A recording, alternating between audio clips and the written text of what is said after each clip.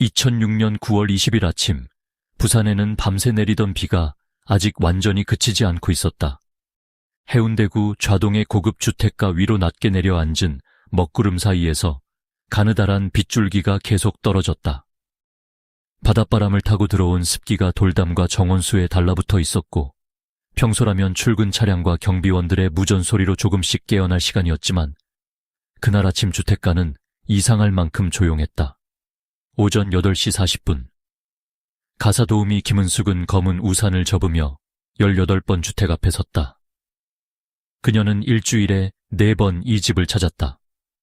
집주인처럼 생활하고 있는 한서연이 수업에 나가기 전 아침 식사를 준비하고 청소와 세탁을 마친 뒤 오후가 되기 전에 돌아가는 것이 늘 같은 일상이었다. 그런데 현관문을 보는 순간 은숙은 걸음을 멈췄다. 문이 완전히 닫혀 있지 않았다. 평소 한서연은 현관문 하나만큼은 유난스러울 정도로 꼼꼼하게 확인했다. 잠깐 쓰레기를 버리러 나갈 때조차 문을 잠갔고 밤이면 보조 잠금 장치까지 걸어두었다. 혼자 사는 젊은 여자이니 당연한 일이기도 했다. 은숙은 손잡이를 잡기 전에 열쇠 구멍 쪽으로 얼굴을 가까이 가져갔다. 금속 표면에 길고 거친 긁힌 자국이 여러 개 나 있었다.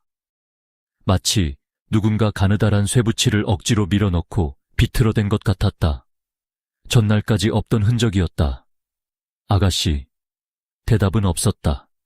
그녀는 조심스럽게 문을 밀었다. 현관 안쪽에서 차가운 공기가 밀려나왔다. 평소라면 은은한 향수와 방향제 냄새가 먼저 느껴졌지만 그날은 달랐다. 축축한 공기와 깨진 화장품 냄새, 어딘지 모르게 답답한 냄새가 집 안에 뒤섞여 있었다. 서연 아가씨, 조금 더 큰 목소리로 불렀다. 여전히 아무 대답도 없었다. 은숙은 신발도 제대로 정리하지 못한 채 안으로 들어갔다. 거실은 크게 어질러져 있지 않았다. 소파 위에 담요가 놓여 있었고 테이블 위에는 전날 마신 것으로 보이는 와인잔 2개가 남아 있었다. 한쪽 잔 바닥에는 아주 조금의 붉은 와인이 말라붙어 있었다. 그녀가 계단 쪽으로 고개를 돌렸을 때였다. 2층에서 작은 물건 하나가 굴러 떨어지는 듯한 소리가 났다. 딱. 은숙은 몸을 굳혔다. 누구 있어요? 이번에도 아무 소리도 들리지 않았다. 몇 초 동안 서 있던 그녀는 결국 계단을 올라가기 시작했다. 한 계단씩 밟을 때마다 오래된 목재에서 낮은 마찰음이 났다. 계단 중간쯤 올라갔을 때 바닥에 하얀 조각 하나가 보였다. 깨진 도자기였다. 2걸음 뒤에는 붉은 장미꽃잎이 떨어져 있었다. 꽃잎은 한두 장이 아니었다. 복도 끝으로 갈수록 더 많아졌다. 마치 누군가 꽃다발을 찢어 바닥에 내던진 것처럼 붉은 꽃잎들이 흰 대리석 위에 흩어져 있었다. 한서연의 침실 문은 반쯤 열려 있었다. 은숙은 문 앞에 서서 다시 한번 이름을 불렀다. 아가씨. 대답 대신 창문 틈으로 들어온 바람이 커튼을 흔들었다. 은숙이 문을 밀었다. 그리고 몇 초 동안 아무런 소리도 내지 못했다. 방 안은 전쟁이라도 벌어진 것처럼 망가져 있었다. 창가에 두었던 꽃병은 산산조각이 나 있었다. 화장대 위에 있던 향수병 몇 개는 바닥에서 깨져 있었고 고가의 화장품들이 벽과 카펫 위로 흩어져 있었다. 커다란 거울 한쪽에는 거미줄처럼 금이 번져 있었다. 침대 옆 의자는 쓰러져 있었으며 흰색 침대 시트는 절반가량 바닥까지 끌려 내려와 있었다. 그리고 침대 옆 바닥 가까이에 한서연이 있었다. 처음에 은숙은 그녀가 정신을 잃은 줄 알았다. 아가씨. 한 발 다가간 순간 그녀는 이상한 것을 보았다. 서연의 2 손목이 뒤로 묶여 있었다. 가는 전선 같은 끈이 손목을 여러 번 감고 있었다. 손목 주변은 검붉게 변해 있었고 팔과 어깨에는 크고 작은 멍이 퍼져 있었다. 옷은 심하게 흐트러지고 일부가 찢겨 있었다. 하지만 은숙을 가장 얼어붙게 만든 것은 서연의 얼굴이었다. 고개가 옆으로 돌아간 채 눈이 완전히 감기지 않은 상태였다. 목 주변에는 짙은 압박 흔적이 남아 있었다. 아, 아가씨.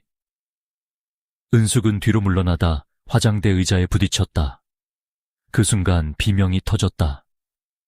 그녀는 계단을 거의 굴러내려가듯 뛰어내려와 현관 밖으로 나갔다. 손이 떨려 휴대전화 버튼을 제대로 누르지 못했다. 3번이나 번호를 잘못 누른 뒤에야 112에 연결됐다. 약 15분 뒤 순찰차 2대가 먼저 도착했다. 이어 해운대 경찰서 형사들과 과학수사팀이 현장에 들어왔다. 주택 입구에는 곧 출입 통제선이 설치됐다.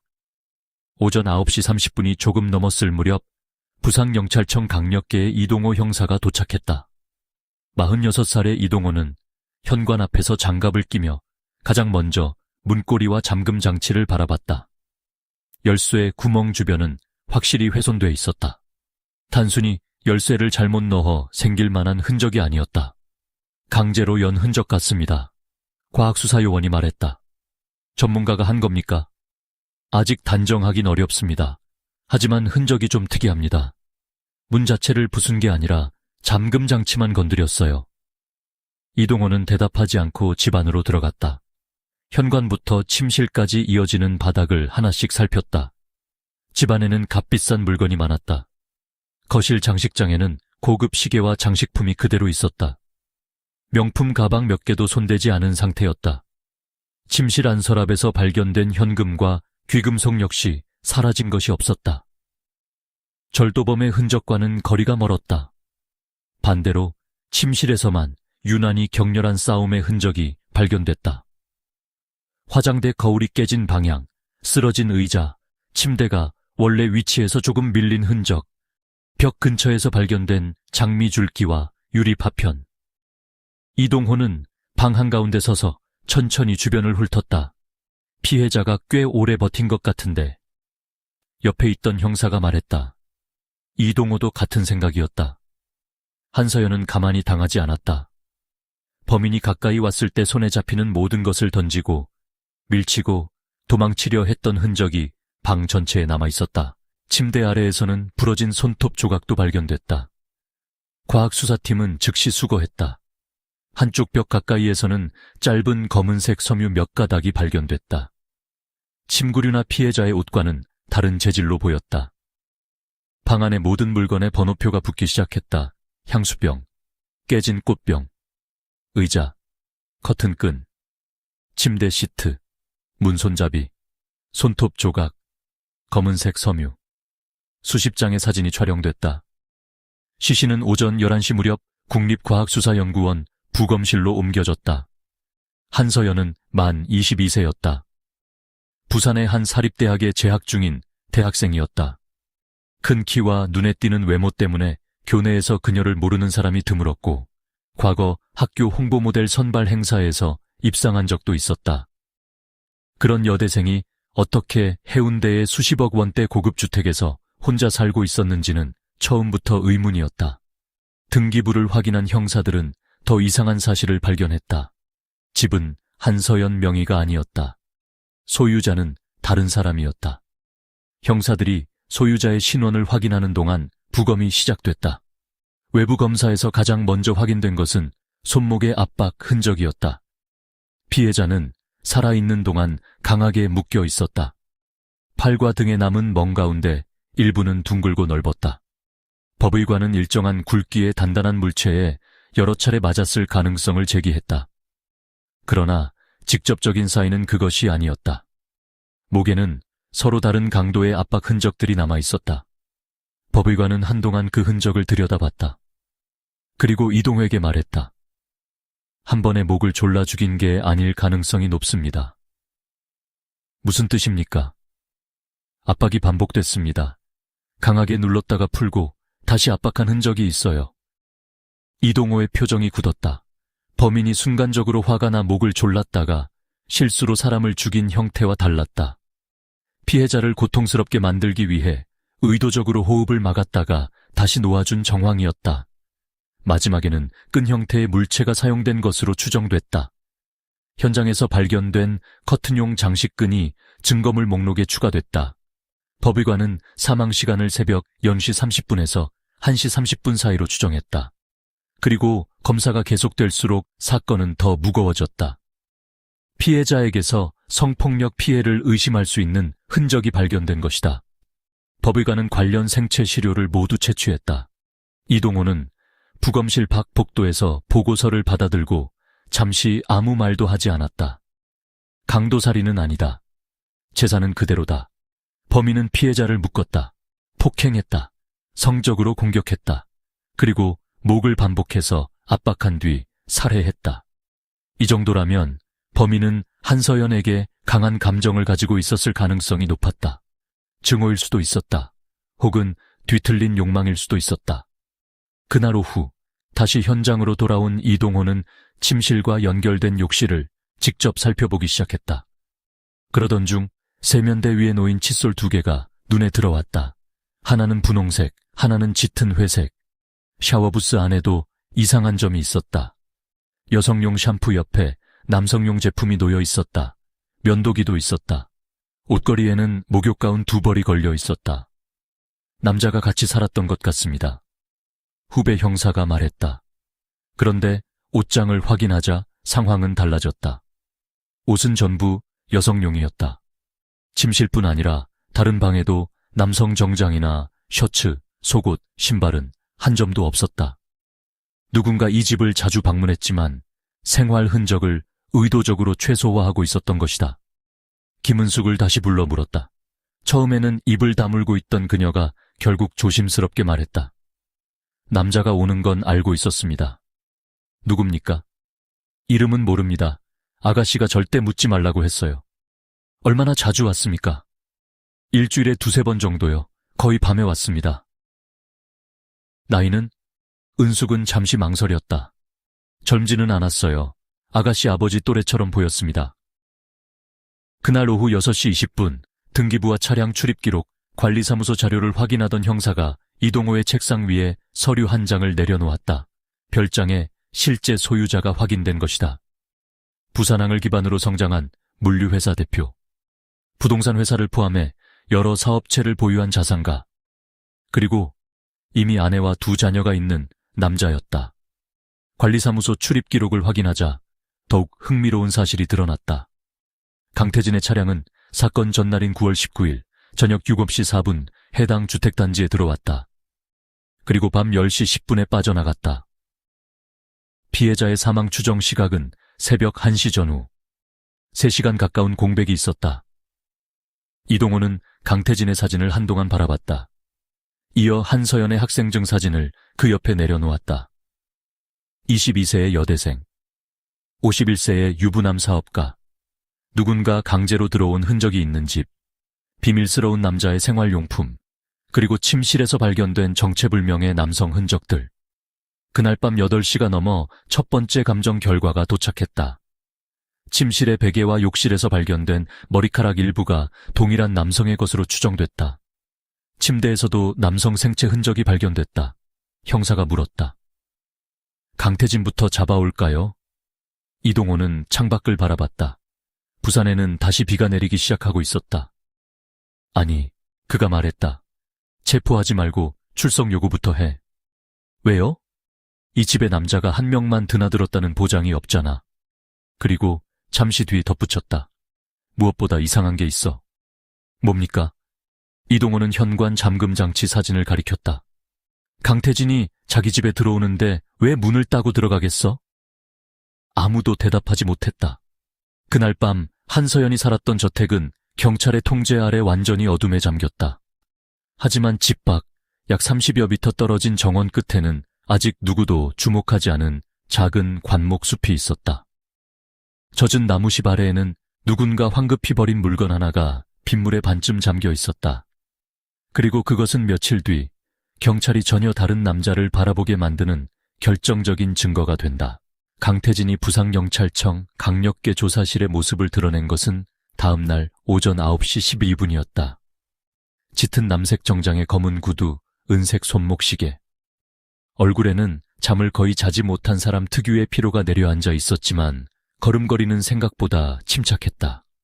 그는 변호사 한 명과 함께 들어왔고 조사실 문이 닫히기 직전까지도 휴대전화로 누군가에게 짧은 지시를 내리고 있었다. 부산항을 기반으로 성장한 물류회사 대표.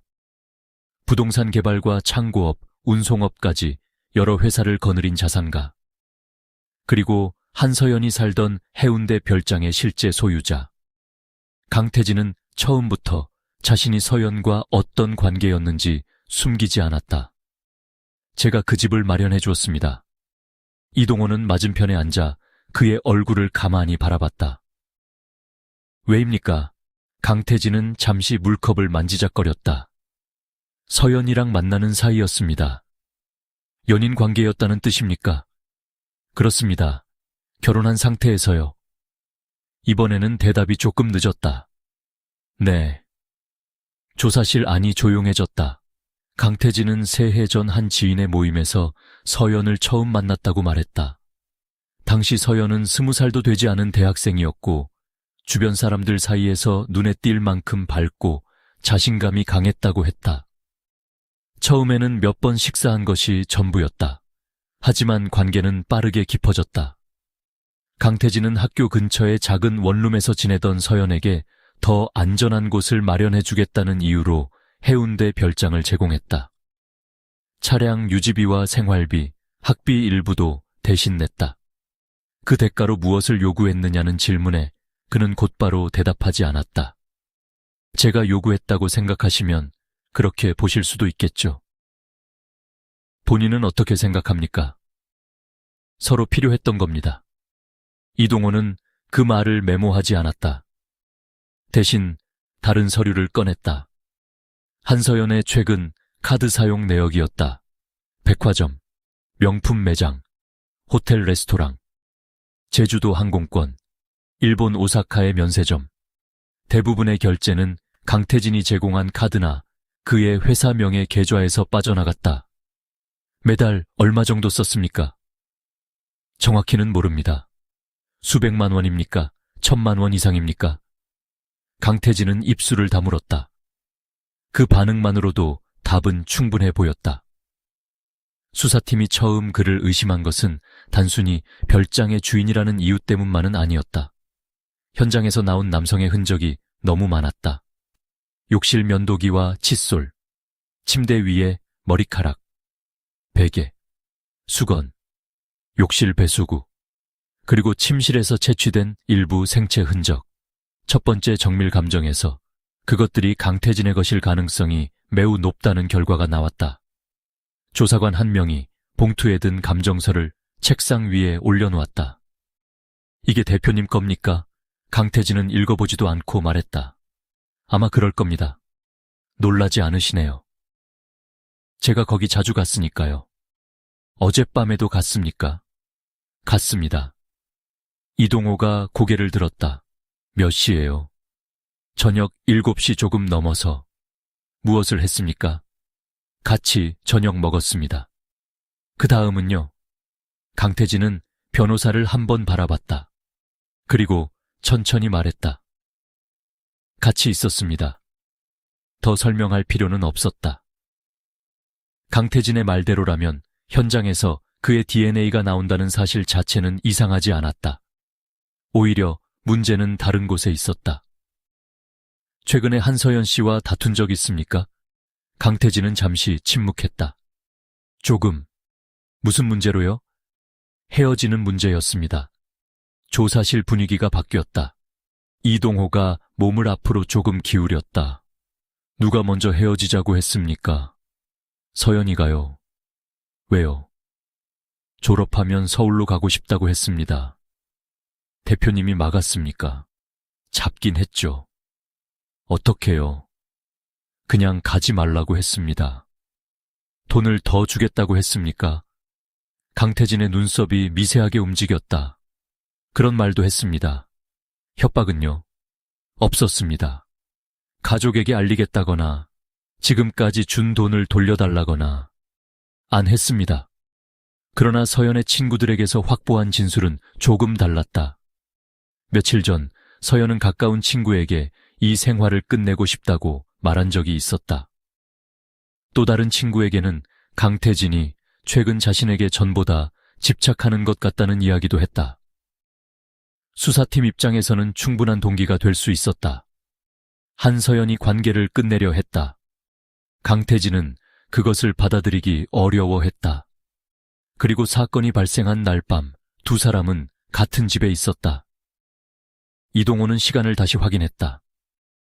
어제 밤 10시 10분에 별장을 나간 이유가 뭡니까? 회사로 갔습니다. 그 시간에요. 일본 쪽 거래처랑 화상회의가 있었습니다. 집에서는 안 됐습니까? 자료가 사무실에 있었습니다.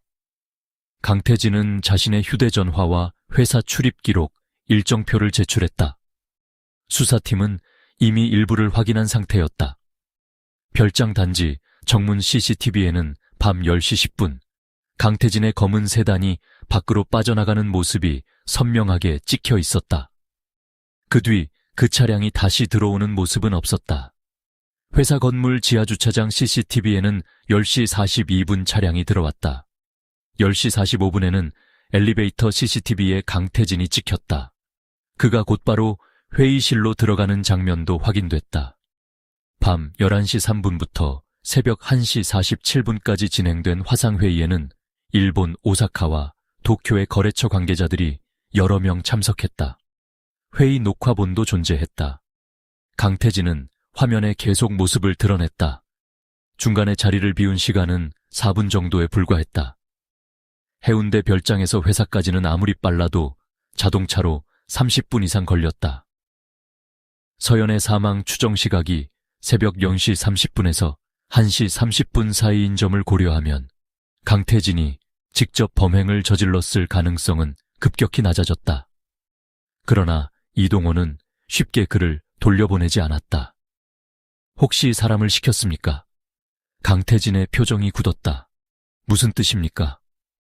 대표님 대신 누군가 집에 들어갔다면요. 그럴 이유가 없습니다. 헤어지겠다는 여자를 붙잡고 싶었을 수도 있고요. 형사님, 강태진의 목소리가 처음으로 높아졌다. 제가 떳떳한 사람이라고 말할 생각은 없습니다. 결혼한 상태에서 서연이를 만난 건 잘못입니다. 하지만 사람을 죽이라고 시킬 정도로 미친 사람은 아닙니다. 이동호는 아무 말 없이 바라봤다. 잠시 뒤 강태진은 한숨을 내쉬었다. 그리고 제가 어제 나갈 때 서연이는 살아 있었습니다. 어떤 상태였습니까? 평범했습니다. 다툰 흔적은요? 조금 말다툼은 했습니다. 무슨 내용이었습니까? 강태진은 한동안 입을 다물었다. 제가 서연이한테 서울 가지 말라고 했습니다. 그랬더니요? 싫다고 했습니다. 화가 났습니까? 났죠. 때렸습니까? 아니요. 목을 잡았습니까? 강태진의 눈이 이동호를 향했다. 아닙니다. 서연 씨는 목이 졸려 죽었습니다. 그 순간 강태진의 얼굴에서 처음으로 분명한 변화가 나타났다. 그는 고개를 숙이고 한동안 말하지 않았다. 그렇게 죽었습니까? 그 질문에는 연기처럼 보이지 않는 당혹감이 묻어 있었다. 하지만 이동호는 감정으로 판단하지 않았다. 조사는 계속됐다.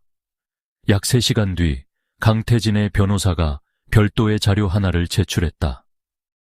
사건 당일 일본 거래처와 주고받은 이메일, 화상회의 서버 접속 기록, 회사 직원들의 출입 기록이었다. 모두 그의 알리바이를 지지했다. 결국 수사팀은 강태진을 즉시 체포할 만한 근거가 없다고 판단했다. 그를 돌려보내기 직전이었다. 조사실 문 쪽으로 걸어가던 강태진이 갑자기 멈췄다. 형사님, 이동호가 고개를 들었다. 생각난 게 하나 있습니다. 뭡니까? 강태진은 다시 의자에 앉았다. 서연이가 얼마 전에 경비원 한 명 때문에 계속 불편하다고 했습니다. 경비원? 네. 이름 압니까? 박민철이었던 것 같습니다. 이동호의 손이 멈췄다. 무슨 문제가 있었습니까? 처음에는 그냥 이상하게 쳐다본다고 했습니다. 그게 전부입니까? 강태진이 고개를 저었다. 어느 날 서연이 단지 안에서 택시를 기다리고 있을 때 박민철이 다가와 말을 걸었다고 했다. 처음에는 날씨 이야기였다. 그 다음에는 학교 이야기. 그러다 갑자기 서연의 머리카락을 만졌다. 서연이 놀라 뒤로 물러서자 그는 웃으며 말했다고 했다. 머리가 참 부드럽네요. 또 다른 날에는 서연이 장을 보고 돌아오는데 박민철이 짐을 들어주겠다며 현관 앞까지 따라왔다. 서연이 거절했지만 그는 계속 말을 걸었다. 그리고 집 안을 힐끗 바라보며 이런 말을 했다. 이렇게 큰 집에서 혼자 살면 안 무서워요? 그 말을 들은 뒤 서연은 강태진에게 전화를 걸었다.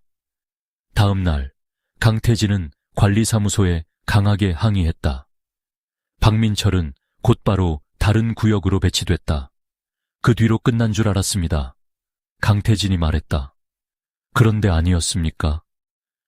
한 일주일 전쯤 서연이가 또 얘기했습니다. 뭐라고요? 강태진은 잠시 기억을 더듬었다. 커튼을 치려고 창가에 갔는데 아래쪽 나무 근처에 사람이 서 있는 것 같았다고 했습니다. 누군지 봤습니까?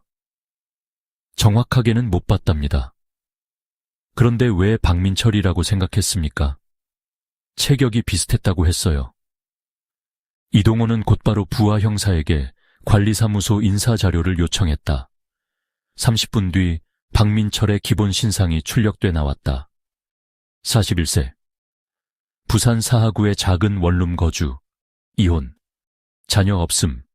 5개월 전 해당 경비업체 입사. 그리고 직전 경력란에서 이동호의 시선이 멈췄다. 이동호는 서류에서 눈을 떼지 않았다. 사건 현장 현관문은 부서진 것이 아니었다. 잠금 장치만 정교하게 건드려져 있었다. 박민철, 지금 근무 중입니까? 형사가 관리사무소에 전화를 걸었다. 잠시 뒤 대답이 돌아왔다. 오늘 비번입니다. 집에 있나 확인해. 형사 2명이 즉시 움직였다. 그 사이 수사팀은 박민철이 일하던 구역과 근무 일지를 조사하기 시작했다. 흥미로운 사실이 하나 나왔다. 박민철은 한서연의 항의 때문에 정식으로 근무구역이 변경된 이후에도 종종 18번 별장 근처를 순찰한 기록이 있었다. 관리소장은 처음에는 대수롭지 않게 말했다. 그냥 교대하면서 지나간 적이 있었겠죠. 하지만 근무표와 무전 기록을 비교하자 그렇지 않았다. 그가 18번 별장 근처에 있을 이유가 전혀 없는 시간에도 목격됐다는 증언이 나왔다. 한 경비원은 박민철에게 직접 물은 적도 있다고 했다. 형, 여긴 담당 구역 아니잖아. 그러자 박민철은 웃으며 대답했다. 걷다가 여기까지 왔지. 또 다른 직원은 더 이상한 이야기를 했다. 박민철은 한서연이 어떤 차를 타는지 알고 있었다. 몇 시쯤 학교에서 돌아오는지도 알고 있었다. 심지어 김은숙이 어느 요일에 청소하러 오는지도 알고 있었다. 그날 오후 3시 20분, 박민철의 원룸으로 갔던 형사에게서 연락이 왔다. 형사님, 사람이 없습니다. 외출했나? 그런 것 같긴 한데 이상합니다. 뭐가? 옷장이 거의 비었습니다. 이동호는 잠시 아무 말도 하지 않았다. 여행 간 흔적입니까? 아닙니다. 급하게 짐을 챙긴 것 같습니다. 이동호는 즉시 출입국 기록과 교통카드, 버스터미널, 철도 승차권 조회를 요청했다.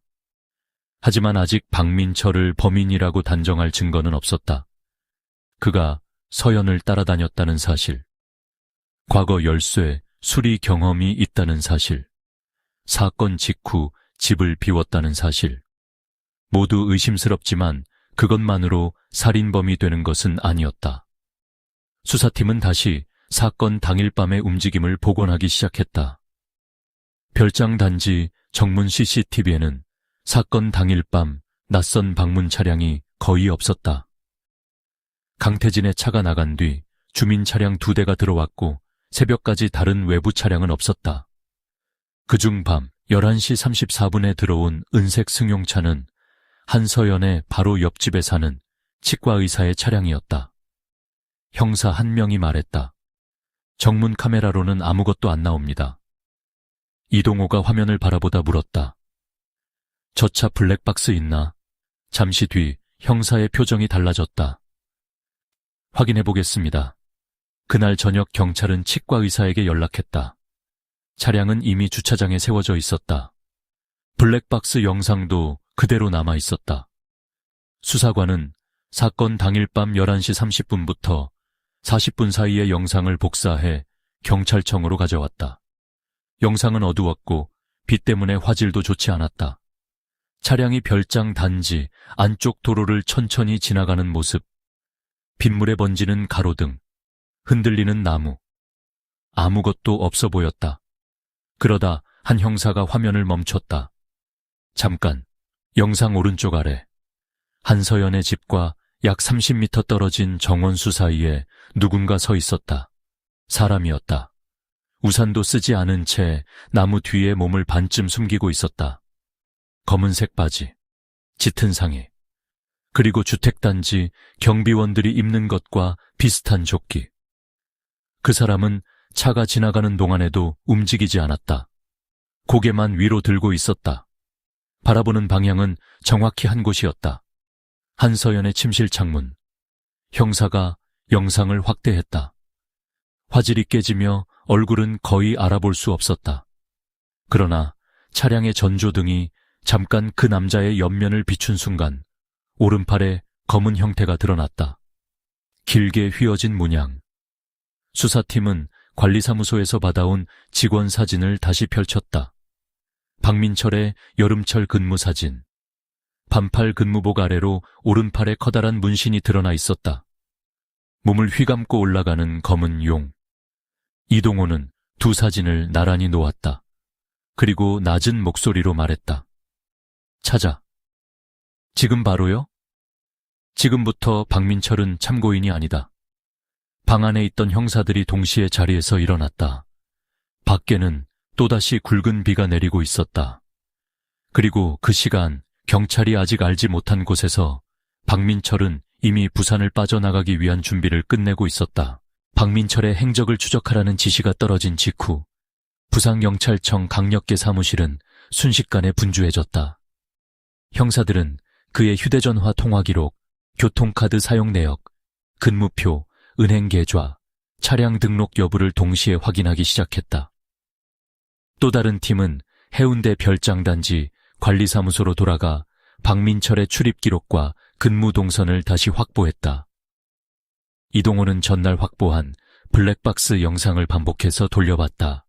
밤 11시 34분, 비가 내리는 도로. 한서연의 별장과 30여 미터 떨어진 나무 뒤. 그곳에 서 있는 한 남자. 차량의 전조등이 스쳐 지나가는 짧은 순간 오른팔에 나타난 검은 문양. 문신의 형태는 박민철의 오른팔에 있는 용과 거의 일치했다. 그러나 그것만으로는 부족했다. 그가 그날 밤 별장 근처에 있었다는 사실은 증명할 수 있어도 집안에 들어갔다는 사실이나 한서연을 살해했다는 사실까지 증명해주지는 못했다. 결국 현장에서 민철이 흔적을 찾아야 합니다. 한 형사가 말했다. 이동호가 고개를 끄덕였다. 다시 들어간다. 그날 오후 과학수사팀은 한서연의 별장을 두 번째로 전면 수색하기 시작했다. 첫 번째 감식에서는 시신 주변과 침실 안쪽에 수사가 집중돼 있었다. 이번에는 달랐다. 현관부터 담장, 정원, 배수구, 화단, 창고, 주택 뒤편, 좁은 통로까지 범위를 넓혔다. 이동호는 박민철이 범인이라고 가정하고 그의 움직임을 역순으로 상상했다. 정문으로 들어오면 CCTV에 찍힌다. 그렇다면 뒤쪽 담장을 넘어왔을 가능성이 높다. 집 안에 들어가기 전에는 어디에 숨어 있었을까? 범행이 끝난 뒤에는 어느 길로 빠져나갔을까? 그가 버리거나 떨어뜨린 것은 없었을까? 수사팀은 블랙박스에 박민철로 추정되는 남자가 서 있던 나무 주변부터 조사했다. 전날 내린 비 때문에 흙은 심하게 젖어 있었다. 하지만 관목 안쪽 빗물이 직접 닿지 않는 곳에서는 여전히 발자국 일부가 남아 있었다. 신발 앞부분이 넓고 밑창에 사선 모양 홈이 있었다. 과학수사 요원이 자를 대고 사진을 찍었다. 작업화 종류 같은데요. 경비원들이 싣는 겁니까? 확인해 봐야 합니다. 조금 떨어진 곳에서는 검은색 실밥 같은 것이 하나 발견됐다. 핀셋으로 집어 올리자 약 2cm 길이의 섬유였다. 첫 감식 당시 침실에서 발견된 검은색 섬유와 육안상 매우 비슷했다. 수사팀은 별장단지 경비원에게 지급되는 장갑을 확보했다. 검은색 폴리에스터와 나일론을 혼합한 얇은 작업용 장갑이었다. 분석 결과 침실 카펫과 침대 옆에서 발견된 섬유는 이 장갑에 사용된 소재와 종류가 같았다. 물론 전국에서 흔히 판매되는 제품이었다. 결정적인 증거는 아니었다. 하지만 우연이라고 넘기기에는 하나씩 겹치는 것이 너무 많았다. 열쇠 수리 경험, 한서연을 따라다닌 행동, 사건 당일 밤 별장을 바라보고 있던 남자, 경비용 장갑과 같은 재질의 섬유, 그리고 사건 직후 사라진 행적. 이동호는 수사팀에게 말했다. 이제부터 아주 작은 것도 버리지 마.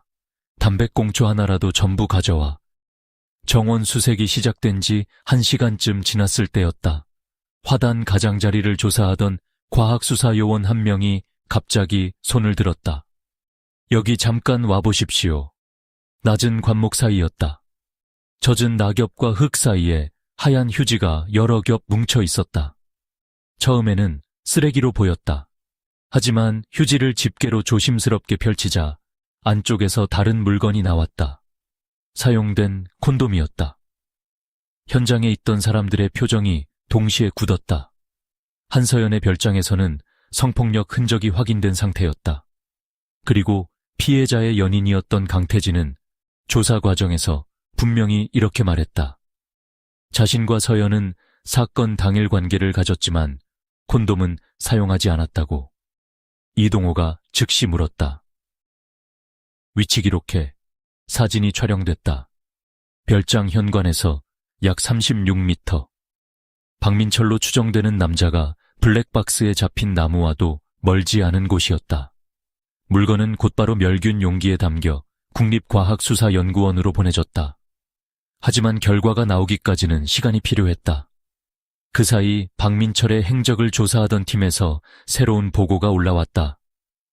박민철은 사건 다음 날인 9월 20일 오후 자신이 살던 사하구 원룸으로 돌아왔다. 근처 슈퍼마켓 주인이 그를 봤다. 그는 평소와 달리 모자를 깊게 눌러쓰고 있었고 생수와 라면, 검은색 큰 가방을 샀다. 오후 6시쯤에는 집주인에게 전화를 걸어 방을 그만 쓰겠다고 말했다. 집주인이 갑작스럽게 왜 그러느냐고 묻자 박민철은 고향에 급한 일이 생겼다고 대답했다.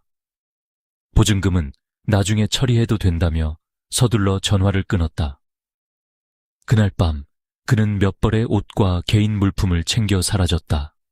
그보다 더 이상한 것은 휴대전화였다. 사건 발생 전까지 정상적으로 사용되던 박민철의 전화는 20일 밤 9시 17분을 마지막으로 전원이 꺼져 있었다. 그 뒤 한 번도 켜지지 않았다. 도망친 사람 행동인데 한 형사가 말했다. 이동호는 쉽게 단정하지 않았다. 그렇게 생각하고 싶은 마음은 알겠는데 아직 살인 증거는 없어. 그럼 왜 도망갑니까? 그걸 밝혀야지. 경찰은 그의 가족관계를 조사했다. 박민철의 어머니는 충청북도 청주 외곽에서 혼자 살고 있었다. 아버지는 오래전에 사망했고 형제들과는 거의 연락하지 않는 상태였다. 경찰이 청주 쪽에 협조를 요청했을 때는 이미 박민철이 어머니 집에 도착한 뒤였다. 하지만 곧바로 체포할 수는 없었다. 아직 체포영장을 신청할 만큼 직접적인 증거가 충분하지 않았다. 경찰은 일단 주변을 감시하면서 국과수 감정 결과를 기다리기로 했다. 그날 저녁 한서연의 친구 3명이 추가 조사를 받았다. 그들의 진술에서도 박민철이라는 이름이 반복해서 등장했다. 서연이가 진짜 싫어했어요. 친구 이수진이 말했다. 어느 정도였습니까? 학교 끝나고 집에 가기가 싫다고 한 적도 있어요. 왜요? 그 아저씨가 보고 있을 것 같다고요. 수지는 사건 약 3주 전 일을 기억했다. 서연과 전화 통화를 하던 중 갑자기 서연이 목소리를 낮췄다고 했다. 그리고 창밖을 확인한 뒤 이렇게 말했다. 또 저기 서 있는 것 같아. 누가? 그 경비원. 수지는 장난처럼 경찰에 신고하라고 말했다. 하지만 서연은 관리실에 이미 말했고 다른 곳으로 옮겼으니까 괜찮을 것이라며 넘겼다. 또 다른 친구는 더 섬뜩한 이야기를 했다. 한 번은 학교 근처 카페에서 서연과 함께 있다가 박민철처럼 보이는 남자를 본 적이 있었다. 경비구역에서 몇 킬로미터 떨어진 장소였다. 그 남자는 카페 안으로 들어오지 않았다. 길 건너편에서 한동안 서연 쪽을 바라보다 사라졌다. 당시 친구는 우연이라고 생각했다.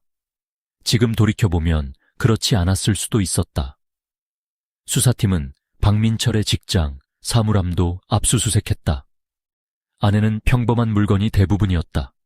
여벌 근무복, 장갑, 손전등, 우비, 담배. 하지만 아래쪽 작은 수첩에서 이상한 기록이 발견됐다. 날짜와 시간이 짧게 적혀 있었다. 월 10, 20 외출, 수 15, 40 귀가, 금 18립 남자 차량. 처음에는 근무용 메모처럼 보였다. 그런데 날짜를 관리사무소 출입 기록과 대조하자 놀라운 사실이 드러났다. 시간들은 한서연의 움직임과 상당 부분 일치했다. 월요일 오전 10시 20분은 서연이 학교에 가기 위해 차량으로 나간 시간. 수요일 오후 3시 40분은 집으로 돌아온 시간. 금요일 오후 6시 10분에 남자 차량은 강태진이 별장으로 들어온 시간과 비슷했다. 박민철은 업무와 무관한 개인 수첩에 서연의 일정을 적어두고 있었다. 다른 페이지에는 더 짧은 문장들이 있었다. 청소 아줌마 화목. 금요일 늦음. 불 2층. 이동호는 그 수첩을 한동안 바라봤다. 단순한 호감이라고 보기 어려웠다. 누군가의 생활을 기록하고 있었다. 언제 집을 비우는지, 언제 돌아오는지, 누가 찾아오는지, 언제 혼자 있는지. 이 사람 갑자기 일을 저지른 게 아닐 수도 있어. 이동호가 말했다. 옆에 있던 형사가 물었다. 계획했다는 겁니까? 적어도 오래 보고 있었어. 그날 밤 10시 40분쯤 국과수에서 첫 번째 긴급 연락이 왔다. 정원에서 발견된 콘돔의 내부에서는 남성 DNA가 충분히 검출됐다. 외부 일부에서도 여성의 DNA가 나왔다. 수사팀은 박민철의 직접 DNA 시료를 아직 확보하지 못한 상태였다. 하지만 방법이 있었다. 직장 사물함에서 압수한 개인 칫솔과 면도기. 두 물건에서 박민철의 것으로 추정되는 세포를 채취해 비교 검사를 실시했다. 다음 날 오전 결과가 나왔다. 콘돔 내부의 남성 DNA와 박민철의 칫솔에서 확보한 DNA는 동일인으로 판단됐다. 더 중요한 결과는 외부에서 검출된 여성 DNA였다. 한서연과 일치했다. 사무실 안의 공기가 순간적으로 무거워졌다. 이동호는 감정 결과를 처음부터 끝까지 2번 읽었다. 이제 상황이 완전히 달라졌다. 박민철은 단순히 별장 밖에서 서연을 지켜본 사람이 아니었다. 피해자와 직접적인 접촉이 있었다. 그것도 사건 현장, 바로 옆에서 발견된 물증을 통해 연결됐다. 같은 날 오후 침실에서 발견된 검은 섬유에 대한 추가 분석도 도착했다. 섬유 자체에서 완전한 DNA를 확보할 수는 없었지만 일부에서 피부세포와 땀으로 추정되는 미세한 생체 흔적이 검출됐다. 정밀 비교 결과 그 유전형 역시 박민철과 부합할 가능성이 매우 높았다. 이동호는 바로 검찰과 협의해 체포영장을 신청했다. 청주 쪽에 바로 전달해 놓치면 안 돼. 그러나 그 직후 청주에서 뜻밖의 연락이 왔다. 박민철이 어머니의 집에서도 사라졌다는 것이었다. 경찰이 감시망을 좁히기 직전 그는 어머니와 함께 짐을 챙겨 어디론가 떠났다. 이웃 주민은 그날 아침 박민철이 커다란 여행 가방 2개를 승용차에 싣는 모습을 봤다고 했다. 어머니는 옆에서 작은 보따리를 들고 있었다.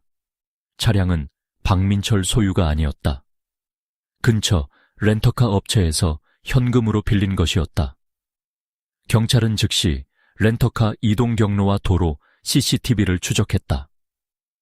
차량은 청주 시내를 벗어난 뒤 한 버스터미널 인근에서 발견됐다.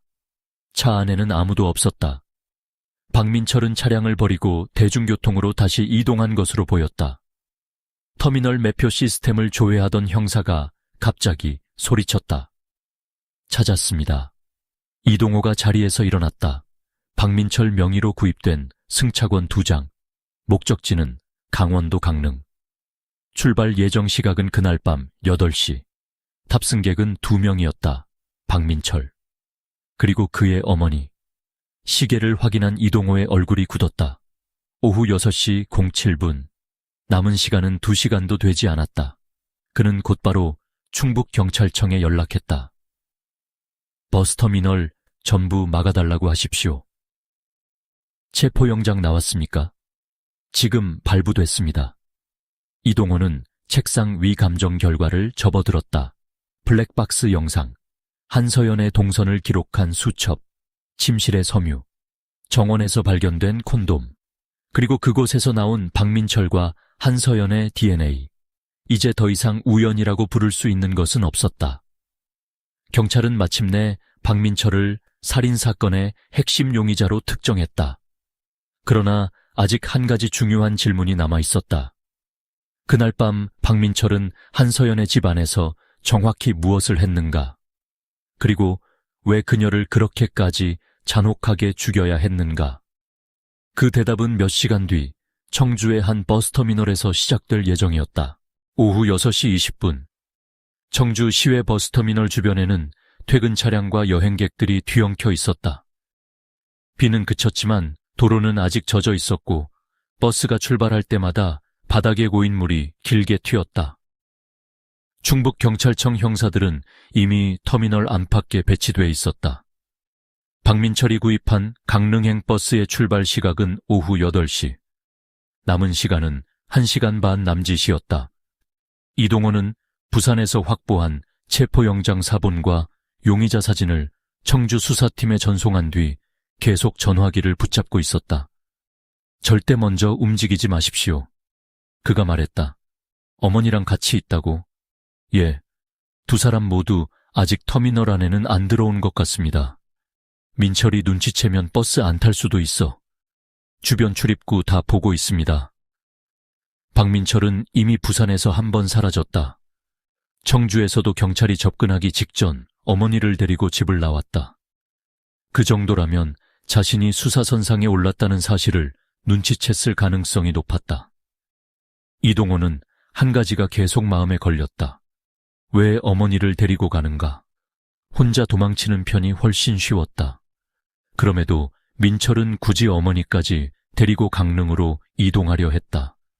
혹시 그곳에 숨어 지낼 장소가 있는 것인지, 누군가 도움을 주기로 한 것인지, 아니면 더 멀리 빠져나갈 계획이 있는 것인지 아직 알 수 없었다. 오후 6시 47분. 터미널 맞은편 식당가를 감시하던 형사가 무정의를 눌렀다. 대상 확인. 다른 형사들이 동시에 긴장했다. 위치. 동쪽 횡단보도 건너고 있습니다. 노년 여성 1명 동행, 박민철이었다. 검은 야구 모자를 깊게 눌러쓴 채 회색 점퍼를 입고 있었다. 한 손에는 큰 여행 가방을 끌었고 다른 손에는 낡은 스포츠 가방을 들고 있었다. 옆에는 70 가까이 되어 보이는 여성이 작은 보따리를 품에 안고 걸었다. 민철의 어머니였다. 2사람은 터미널 정문으로 바로 들어가지 않았다. 박민철은 입구에서 몇 걸음 떨어진 곳에 멈춰 주변을 둘러봤다. 1번, 2번. 그의 시선은 주차장과 택시 승강장, 매표소 출입구를 빠르게 훑었다. 눈치가 빠릅니다. 현장 형사가 낮게 말했다. 민철은 잠시 망설이다 터미널 안으로 들어갔다. 그는 자동 발권기 근처에 서서 전광판을 확인했다. 강릉행 버스까지 58분. 어머니는 의자에 앉았지만 민철은 앉지 않았다. 계속 주변을 살폈다. 한 형사가 민간인처럼 신문을 들고 약 15m 떨어진 곳을 지나갔다. 민철의 시선이 그를 따라갔다. 형사는 그대로 편의점으로 들어갔다. 지금 들어갈까요? 청주팀장이 물었다. 이동호는 전화기 너머로 몇 초간 침묵했다. 사람 많은 데서 도망칠 가능성이 있습니다. 그럼? 화장실이나 승차장 쪽으로 움직일 때 잡으십시오. 어머니는 분리하고. 오후 7시 11분. 박민철이 갑자기 휴대전화를 꺼냈다. 기존에 사용하던 전화가 아니었다. 작은 선불폰이었다. 그는 누군가에게 전화를 걸었다. 통화는 20초도 되지 않았다. 그 뒤 민철은 어머니에게 무언가 말했다. 여성이 놀란 표정을 지었다. 그리고 두 사람은 갑자기 매표소 반대 방향으로 걷기 시작했다. 강릉행 승차장은 그쪽이 아니었다. 움직입니다. 어디로? 서쪽 출구입니다. 이동호의 얼굴이 굳었다. 지금 잡으세요. 경찰들이 동시에 움직였다. 박민철은 서쪽 출구까지 약 20m를 남겨두고 처음으로 뒤를 돌아봤다. 검은 재킷을 입은 남자 둘이 빠르게 다가오는 것이 보였다. 그 순간 그의 표정이 변했다. 가방 하나를 바닥에 내던졌다. 민철아. 어머니가 놀라 불렀다. 그러나 그는 뒤도 돌아보지 않았다. 사람들 사이를 밀치며 뛰기 시작했다. 박민철, 경찰입니다. 멈춰. 고함이 터미널 안에 울렸다. 민철은 출구 옆 매점을 들이받을 듯 지나가며 한 남자의 어깨를 밀쳤다. 여행 가방은 버렸다. 손에는 작은 스포츠 가방만 남아 있었다. 첫 번째 형사가 팔을 잡으려 하자 그는 몸을 거칠게 비틀어 빠져나왔다. 두 번째 형사가 허리를 붙잡았다. 민철은 팔꿈치로 형사의 가슴을 치며 출구 쪽으로 몸을 던졌다. 하지만 세 번째 형사가 정면에서 달려들었다. 세 사람이 한꺼번에 엉켜 바닥으로 넘어졌다. 주변 사람들이 비명을 지르며 물러났다. 민철은 바닥에서도 계속 몸을 뒤틀었다. 놔! 내가 뭘 했는데. 형사들이 양팔을 뒤로 꺾었다. 수갑이 채워졌다. 오후 7시 14분. 박민철은 강릉행 버스가 출발하기 46분 전에 체포됐다. 그의 어머니는 몇 미터 떨어진 의자 옆에 주저앉아 있었다. 무슨 일이 벌어지는지 이해하지 못한 얼굴이었다. 우리 아들이 뭘 했어요? 아무도 바로 대답하지 못했다. 경찰은 민철이 들고 있던 가방을 현장에서 열지 않고 그대로 봉인했다. 나중에 확인된 내부에는 현금 약 20만 원, 속옷과 옷까지, 작은 공구함, 절연 장갑, 휴대전화 충전기, 그리고 도어락을 분해할 때 사용할 수 있는 얇은 금속 공구 몇 개가 들어 있었다. 또 다른 가방에서는 새로 구입한 선불폰과 심카드 2장이 나왔다. 경찰이 가장 주목한 것은 공구함이었다. 그 안에 몇몇 도구는 한서연의 별장, 현관문 잠금 장치에 남은 흠집을 만들 수 있는 형태였다. 박민철은 청주경찰서로 압송됐다. 처음 조사실에 들어왔을 때 그는 생각보다 침착했다. 모자를 벗은 머리는 땀으로 젖어 있었고 도망치는 과정에서 오른쪽 볼에 작은 상처가 생겼지만 눈빛은 오히려 차분했다. 왜 도망갔습니까? 첫 질문에 민철은 즉시 대답했다. 도망간 거 아닙니다. 경찰 보자마자 뛰었잖아요. 갑자기 여러 명이 달려오니까 놀란 겁니다. 부산 집은 왜 정리했습니까?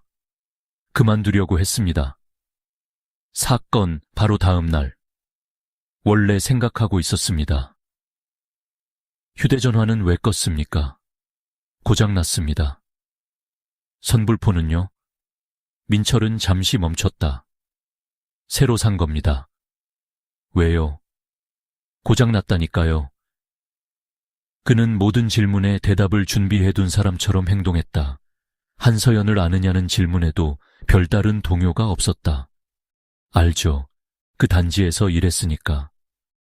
개인적으로 대화한 적 있습니까? 몇 번. 머리카락을 만진 적 있습니까?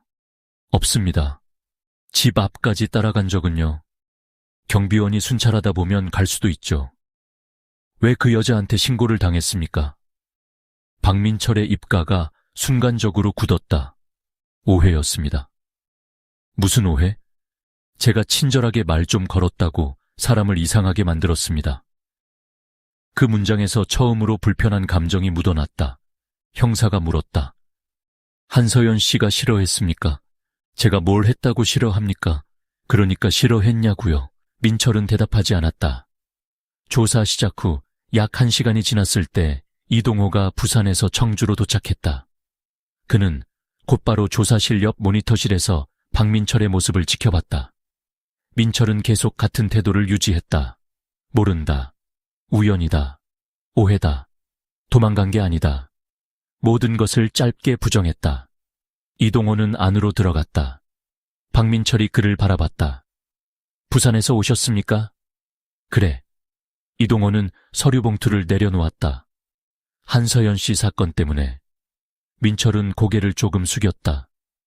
뉴스 봤습니다. 언제 봤어? 정확히 기억 안 납니다. 사건 다음 날 부산 떠났지. 예. 뉴스 보기 전이야, 후야? 민철은 잠시 생각했다. 잘 모르겠습니다. 이동호는 첫 번째 사진을 꺼냈다. 블랙박스 화면이었다. 빗속 나무 뒤에 서 있는 남자. 이 사람 누구야? 민철이 사진을 봤다. 모르겠습니다. 두 번째 사진. 오른팔 문신이 확대돼 있었다. 이건? 사람 문신이 다 비슷할 수도 있죠. 이동호는 박민철의 오른팔을 바라봤다. 소매 아래로 용의 꼬리 부분이 조금 보였다. 그날 밤 11시 34분에 서연 씨 집 앞에서 뭐 했어? 제가 아니라고 했지 않습니까? 이동호는 아무 말 없이 세 번째 봉투를 꺼냈다. 직장 사물함에서 발견한 수첩이었다.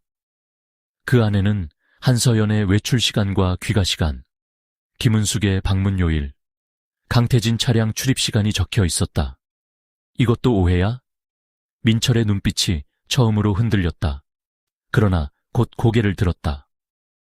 경비 업무 때문에 적었습니다. 남의 여자 귀가 시간을 왜 경비 수첩에 적어? 특이사항이니까요. 그럼 이건? 이동호가 한 줄을 손가락으로 짚었다. 불 2층. 2층 불 켜지는 것도 특이사항인가? 민철은 입을 다물었다. 이동호는 한동안 기다렸다. 그러나 민철은 아무 말도 하지 않았다. 좋아.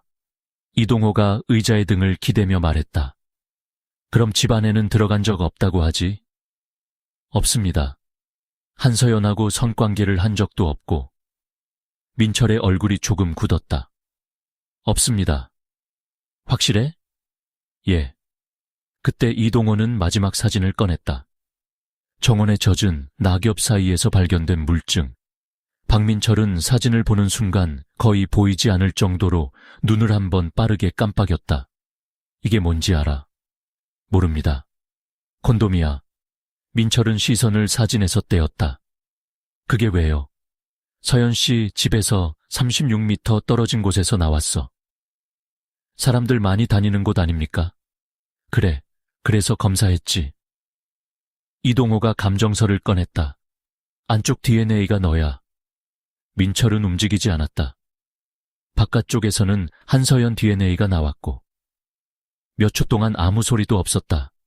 민철의 오른손 엄지손가락이 검지 끝을 계속 문지르기 시작했다. 우연이겠죠. DNA가? 검사가 틀릴 수도 있고. 네, 칫솔하고 대조했다. 그것도 제 칫솔인지 어떻게 압니까? 이동호는 웃지 않았다. 좋아. 그럼 내 입안에서 지금 다시 채취하면 돼. 민철의 손가락 움직임이 멈췄다. 그리고 침실에서도 네가 쓰던 경비장갑과 같은 섬유가 나왔어. 그런 장갑 아무나 씁니다. 맞아. 이동호가 바로 인정했다.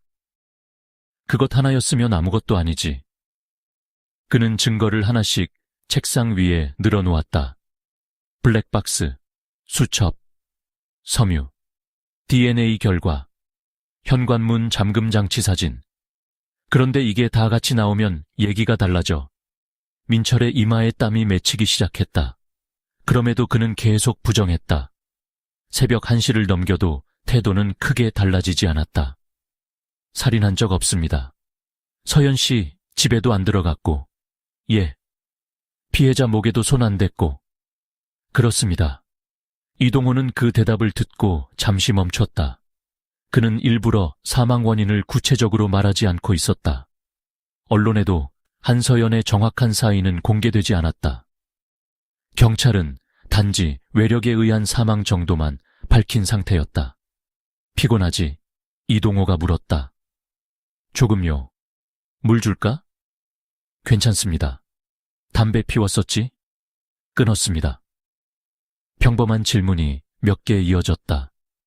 조사의 긴장을 일부러 낮추는 방식이었다. 민철의 어깨도 조금씩 풀렸다. 그러다 이동호가 아무렇지 않은 목소리로 물었다. 서연 씨 죽은 시간은 알고 있어? 모릅니다. 언제쯤이라고 생각해? 민철은 피곤한 듯 눈을 감았다가 말했다. 그 여자 죽은 게 새벽 1시쯤 아닙니까? 조사실 안이 갑자기 조용해졌다. 옆에 있던 형사가 움직임을 멈췄다. 이동호는 표정을 바꾸지 않았다. 왜 1시라고 생각했어? 민철의 눈이 천천히 올라왔다. 자신이 방금 무엇을 말했는지 깨달은 얼굴이었다. 그냥 뉴스에서는 사망 시간 안 나왔어. 대충 그런 줄 알았습니다. 누가 알려줬어? 기억 안 납니다. 박민철. 이동호의 목소리가 낮아졌다. 네가 알고 있는 건 사망 시간만이 아니지? 민철은 입술을 꽉 다물었다. 어떻게 묶여 있었는지도 알고 있나? 대답이 없었다. 방에서 뭘 깨뜨렸는지도, 침묵. 무슨 끈으로 마지막에 목을 졸랐는지도. 민철의 호흡이 조금 빨라졌다. 이동호는 더 이상 질문하지 않았다. 그 대신 사건 현장 사진 한 장을 뒤집은 채 책상 위에 내려놓았다. 우린 네가 들어갔다는 걸 이미 알고 있어. 민철이 고개를 들었다. 문제는 하나야. 이동호가 말했다. 우린 왜 그렇게까지 했는지를 아직 몰라. 민철은 한동안 사진 뒷면만 바라봤다. 손가락 끝이 떨리고 있었다. 새벽 2시 18분. 그가 처음으로 물을 달라고 했다. 종이컵을 받아든 민철은 한 모금 마신 뒤 아주 낮은 목소리로 말했다. 그 여자가 먼저 사람을 무시했습니다. 이동호는 아무 말도 하지 않았다. 민철은 컵을 내려놓았다. 내가 그렇게까지 할 생각은 아니었어요. 그 한마디로 긴 부정은 끝났다. 하지만 이동호는 알고 있었다. 이제부터 나올 이야기는 단순한 우발적 살인이 아니었다. 박민철의 사물함에서 발견된 기록은 이미 그것을 말하고 있었다. 그는 한서연을 며칠 본 것이 아니었다. 몇 주 동안 지켜봤다. 언제 외출하는지 기록했다. 누가 찾아오는지 확인했다. 집에 혼자 남는 시간을 계산했다. 그리고 사건이 일어난 밤에는 비를 맞으며 2층 창문을 올려다보고 있었다. 새벽 2시 27분. 박민철은 고개를 숙인 채 처음부터 이야기하겠다고 말했다. 처음 본 건 5달 전이었습니다. 그 순간부터 수사의 방향은 더 이상 누가 한서연을 죽였는가가 아니었다. 남은 질문은 하나였다. 처음 본 건 5달 전이었습니다.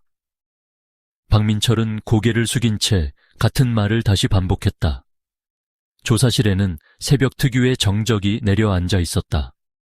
형광등이 낮게 웅궁거렸고 책상 위 종이컵 속 물은 이미 미지근해져 있었다.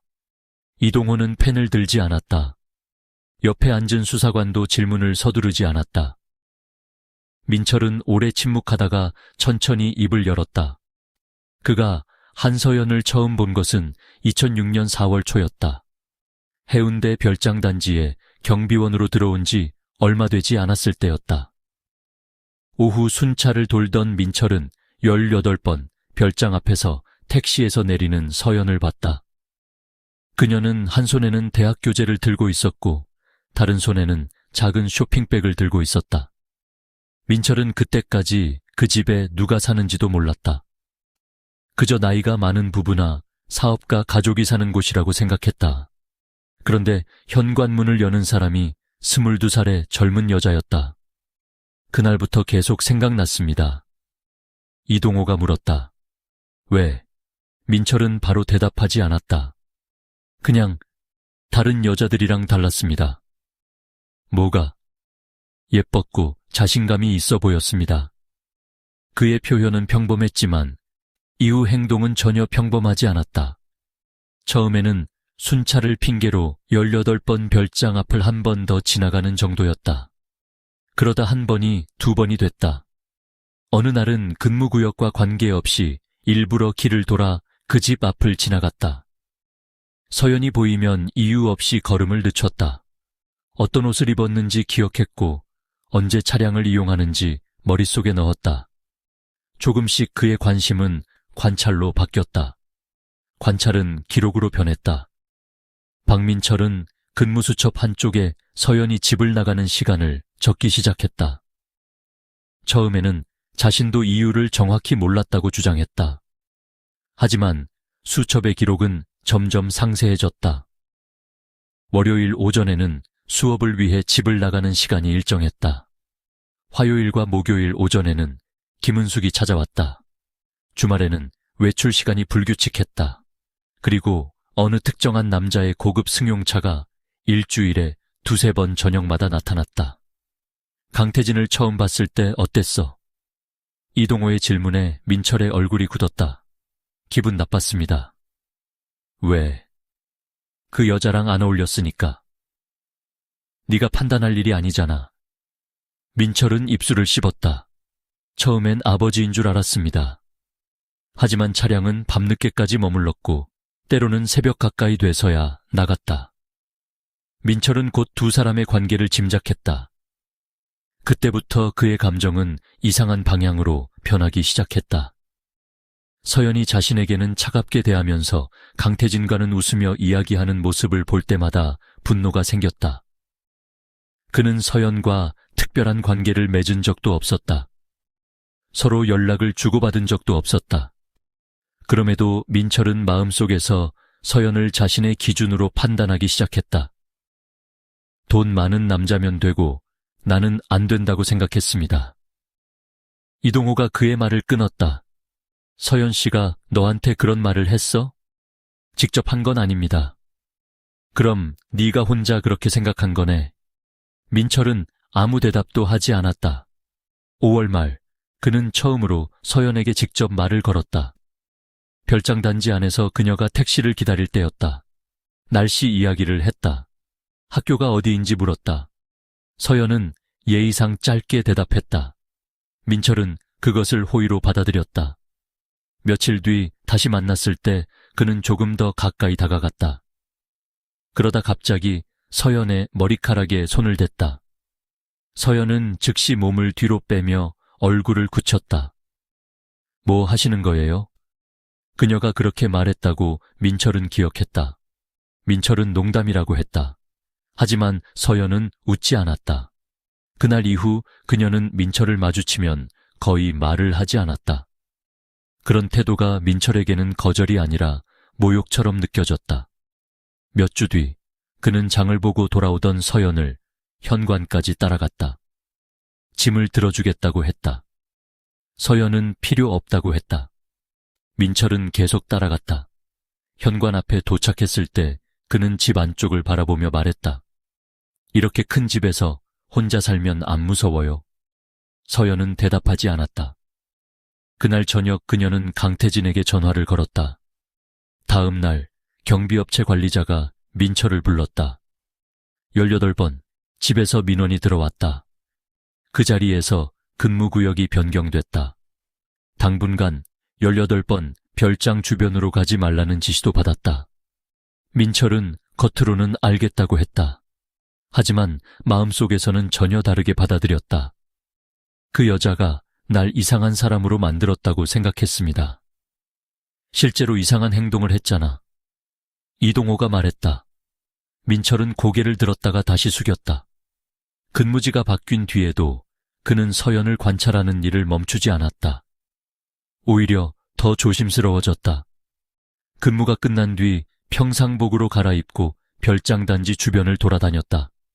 어떤 날에는 멀리 떨어진 편의점 앞에서 그녀의 차량이 들어오는 것을 기다렸다. 한 번은 서연이 학교 근처 카페에 있다는 것을 우연히 알게 된 뒤 그곳까지 따라갔다. 친구들과 웃으며 이야기하는 모습을 길 건너에서 바라봤다. 민철은 그것을 두고 보고 싶어서 그랬다고 진술했다. 이동호는 아무 말도 하지 않았다. 그에게 그것은 사랑이 아니라 감시였다. 여름이 지나면서 민철의 수첩은 더 구체적으로 변했다. 청소 아줌마 화목, 남자 차량 금, 월 10-20 외출, 수 15-40 귀가. 그가 알고 싶었던 것은 단순히 서연이 언제 보이는지가 아니었다. 언제 혼자 있는지였다. 9월 초 민철은 우연히 경비원들 사이에서 강태진의 이야기를 들었다. 별장 소유자가 부산에 부유한 사업가라는 사실, 기혼자라는 사실, 그리고 서연이 정식 가족이 아니라는 사실. 그날 이후 민철은 더욱 뒤틀린 생각에 빠졌다. 그는 서연이 자신을 거절한 이유가 자신이 가난하고 보잘것없기 때문이라고 확신했다. 강태진처럼 돈이 많았다면 자신에게도 다르게 행동했을 것이라고 생각했다. 그 생각에는 아무런 근거도 없었다. 하지만 박민철에게는 이미 사실처럼 굳어져 있었다. 사건이 일어나기 약 일주일 전 서연은 다시 한번 자신을 지켜보는 사람이 있다고 느꼈다. 밤늦게 커튼을 치다가 정원 쪽 나무 아래에서 사람의 실루엣을 봤다. 그 사람이 박민철이었다. 그는 비가 오지 않는 날에도 그 자리에 서서 2층 창문을 바라봤다. 이동호가 물었다. 그날도 들어가려고 했어? 아닙니다. 그럼 왜 매번 집을 보고 있었지? 민철은 한참 만에 대답했다. 언젠가는 이야기해야 한다고 생각했습니다. 무슨 이야기? 나를 왜 그렇게 무시하는지. 9월 19일. 사건이 일어난 날이었다. 민철은 오후부터 이상할 정도로 18번 별장 주변을 의식했다. 근무가 끝난 뒤에도 집으로 돌아가지 않았다. 편의점에서 담배와 생수를 산 뒤 별장 단지 뒤편을 서성였다. 저녁 요급시가 조금 넘었을 때 강태진의 차량이 들어왔다. 그 순간 민철은 집으로 돌아갈까 고민했다고 주장했다. 하지만 그러지 않았다. 그는 담장 밖에서 2시간 넘게 기다렸다. 비가 조금씩 내리기 시작했다. 밤 10시 10분. 강태진의 차량이 정문을 빠져나갔다. 민철은 그 모습을 멀리서 확인했다. 그때 무슨 생각을 했어? 이동호가 물었다. 민철은 오래 침묵했다. 오늘 아니면 다시 기회가 없을 것 같았습니다. 그 한마디로 그의 범행이 순간적인 충동이었다는 주장은 무너졌다. 민철은 미리 알고 있던 단지 뒤편의 낮은 담장으로 이동했다. 경비원으로 일하며 사각지대가 어디인지 정확히 알고 있었다. 비가 내리는 가운데 담장을 넘어 정원으로 들어갔다. 그리고 바로 집으로 가지 않았다. 블랙박스에 찍힌 것처럼 약 30여 미터 떨어진 나무 뒤에 숨어 2층을 바라봤다. 서연의 방에 불이 켜져 있었다. 그는 약 20분 동안 그곳에 서 있었다. 혹시 강태진이 다시 돌아오는지 확인한 것이었다. 아무도 오지 않자 현관 쪽으로 이동했다. 박민철은 과거 열쇠, 수리업체에서 일하며 익힌 기술을 이용했다. 문을 부수지 않았다. 가져온 얇은 금속 공구를 잠금 장치에 넣었다. 몇 분 뒤 문이 열렸다. 그 도구를 왜 들고 갔어? 이동호가 물었다. 민철은 대답하지 않았다. 대화만 하러 갔다면서 왜 문 따는 공구를 준비했냐고. 혹시 필요할까봐. 무엇 때문에? 민철은 결국 아무 말도 하지 못했다. 집 안으로 들어간 순간 서연은 거실에 있었다. 처음에는 강태진이 돌아온 것으로 생각했다. 하지만 복도 쪽에 서 있는 박민철을 보는 순간 얼굴이 굳었다. 어떻게 들어왔어요? 민철은 대답 대신 문을 닫았다. 서연은 곧바로 현관 쪽으로 움직였다. 민철이 길을 막았다. 그는 대화를 하러 왔다고 말했다. 서연은 나가라고 했다. 지금 안 나가면 경찰 부를 거예요. 그 말에 민철은 화를 냈다. 그는 자신이 알고 있는 강태진과의 관계를 꺼냈다. 당신이 어떻게 사는지 다 알아. 서연은 잠시 당황했지만 곧 휴대전화를 집어들었다. 그 순간 민철이 손을 뻗었다. 휴대전화가 바닥으로 떨어졌다. 서연은 곧바로 위층으로 달렸다. 침실에 들어가 문을 닫으려 했지만 민철이 뒤따라 들어왔다. 그때부터 방 안에 격렬한 흔적들이 만들어졌다. 서연은 손에 잡히는 것을 닥치는 대로 던졌다. 향수병이 벽에 부딪혀 깨졌다. 꽃병이 바닥에 떨어졌다. 의자가 넘어졌다. 민철은 팔로 얼굴을 가리며 앞으로 다가갔다. 서연이 거울 옆에 있던 장식물을 집어 휘둘렀고 그의 팔에 상처가 생겼다. 그 순간 민철은 완전히 흥분했다. 그가 들고 있던 경비용 금속봉으로 서연을 여러 차례 가격했다. 서연은 바닥에 쓰러졌다가 다시 일어나 도망치려 했다. 민철은 뒤에서 붙잡았다. 그는 방 안에 있던 전선 형태의 끈을 이용해 그녀의 손목을 묶었다. 서연은 계속 소리를 질렀다. 살려주세요. 누가 좀 도와주세요. 민철은 입을 막으려 했지만 그녀는 계속 저항했다. 이후 그가 한 행동은 우발적인 폭행의 범주를 완전히 벗어났다. 그는 저항할 수 없게 된 서연을 상대로 성폭력을 저질렀다. 그리고 자신의 흔적을 남기지 않기 위해 미리 준비한 콘돔을 사용했다. 그것도 즉흥적으로 한 거야? 이동호가 물었다. 민철은 아무 말도 하지 않았다. 집에 들어갈 생각도 없었다면서 왜 그걸 가지고 갔어? 침묵이 길어졌다. 결국 민철은 아주 작게 말했다. 혹시 몰라서. 그 대답으로 그의 행동에 사전 준비가 있었음이 더욱 분명해졌다. 성폭력이 끝난 뒤에도 서연은 포기하지 않았다. 그녀는 민철에게 평생 감옥에서 썩게 만들겠다고 말했다. 경찰에 반드시 신고하겠다고 했다. 당신 얼굴 다 알아. 그 말이 결정적이었다. 민철은 갑자기 서연의 목을 눌렀다. 서연이 숨을 쉬지 못하고 몸부림치자 손을 놓았다. 그녀가 거칠게 숨을 들이쉬었다. 몇 초 뒤 민철은 다시 목을 눌렀다. 왜 손을 놨다가 다시 했어? 이동호가 물었다. 민철의 얼굴이 굳었다. 모르겠습니다. 법의관은 네가 반복한 걸 알아냈어. 민철은 고개를 숙였다. 그는 한 번에 끝내지 않았다. 서연이 의식을 잃을 것 같으면 손을 풀었다. 그녀가 다시 숨을 쉬면 또다시 목을 눌렀다. 이 행동은 여러 차례 반복됐다. 그것은 단순히 입을 막기 위한 행위가 아니었다. 자신을 거절하고 신고했던 사람에게 고통을 주기 위한 행동에 가까웠다. 하지만 서연이 다시 정신을 차리고 움직이려 하자 민철은 공포에 빠졌다. 그녀가 살아남으면 모든 것이 끝난다고 생각했다. 그는 방 안을 둘러보다 커튼을 묶어두던 장식용 끈을 발견했다. 그 끈을 이용해 결국 한서연을 살해했다. 민철은 그 순간을 자세히 설명하지 않았다. 이동호 역시 더 이상 구체적인 묘사를 요구하지 않았다.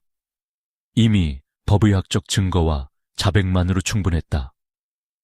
방 안이 조용해졌을 때 박민철은 한동안 움직이지 않았다고 했다. 바닥에는 깨진 유리와 꽃잎이 흩어져 있었다. 커튼은 찢겨 있었고 가구는 뒤집혀 있었다. 그리고 불과 몇 시간 전까지만 해도 평범하게 생활하던 한서연은 더 이상 움직이지 않았다. 민철은 그제야 자신이 무슨 일을 했는지 깨달았다고 주장했다.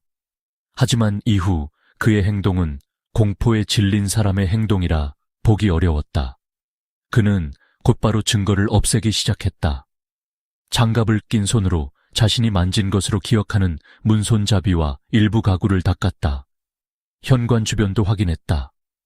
떨어진 물건 가운데 자신과 직접 연결될 수 있다고 생각한 것은 챙겼다. 콘돔은 휴지에 감싼 뒤 집 밖으로 가지고 나왔다. 그리고 자신이 숨어 있던 나무 근처 관목 속 깊숙이 던졌다. 비가 계속 내리고 있었기 때문에 흔적이 씻겨 내려갈 것이라고 생각했다. 그는 한 가지 계산도 했다. 침실에는 강태진의 흔적이 많았다. 강태진이 자주 드나드는 집이라는 사실을 알고 있었다. 경찰이 가장 먼저 강태진을 의심할 가능성이 높다고 생각했다. 그래서 일부러 방을 더 어질렀어. 민철은 고개를 저었다. 싸우면서 그렇게 된 겁니다. 하지만 닦을 곳은 골라서 닦았지. 대답은 없었다. 새벽 2시 가까이 되었을 무렵 민철은 별장을 빠져나왔다. 그는 들어왔던 길로 다시 담장을 넘었다. 그러나 자신이 보지 못한 것이 있었다. 밤 11시 34분, 옆집 주민의 자동차가 지나가며 그를 블랙박스에 담았다. 또 자신이 던진 콘돔은 관목 아래에 걸려 빗물에 떠내려가지 않았다. 그리고 침실 바닥에는 장갑에서 떨어진 작은 섬유들이 남아있었다. 다음 날 아침 한서연의 시신이 발견됐다는 이야기가 경비원들 사이에 퍼졌다.